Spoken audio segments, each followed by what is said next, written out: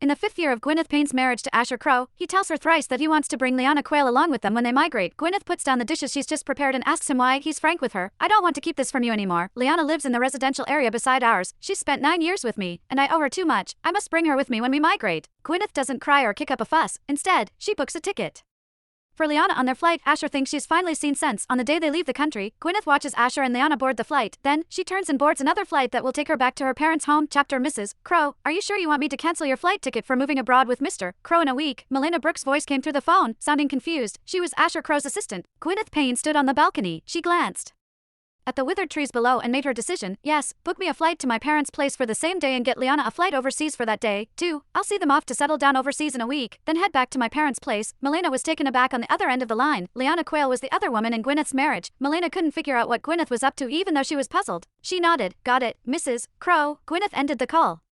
Asher was in the living room. He jumped to his feet as soon as he saw her walk in. He looked impatient. Have you decided yet? Leah's still waiting on my answer. Gwyneth had just finished getting the meal ready 10 minutes ago. Asher came home and cut to the chase. I'm done hiding this from you. Leah actually lives in the neighborhood next to ours. She's been with me for 9 years, and I owe her so much. I have to take her along when we move abroad.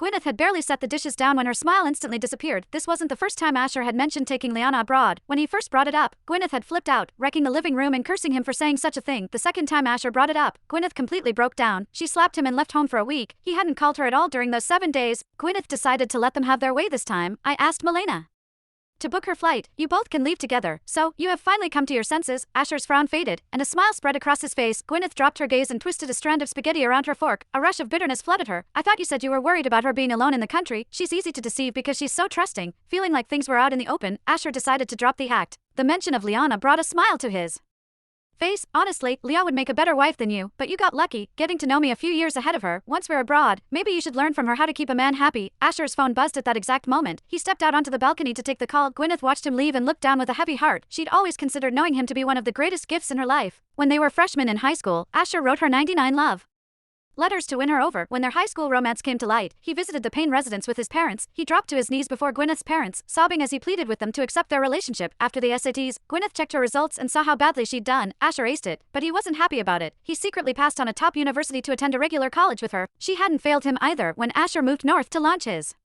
business, she didn't hesitate to marry him, even though he was financially unstable. She supported his efforts all the way. He failed 3 years in a row, and Gwyneth followed him from their apartment to a damp basement, where they lived off cabbage and potatoes for a long while. Eventually, Asher made it in his business. He made their relationship public by posting their photos online, gave her 80% of his company's shares, and threw a belated grand wedding celebration.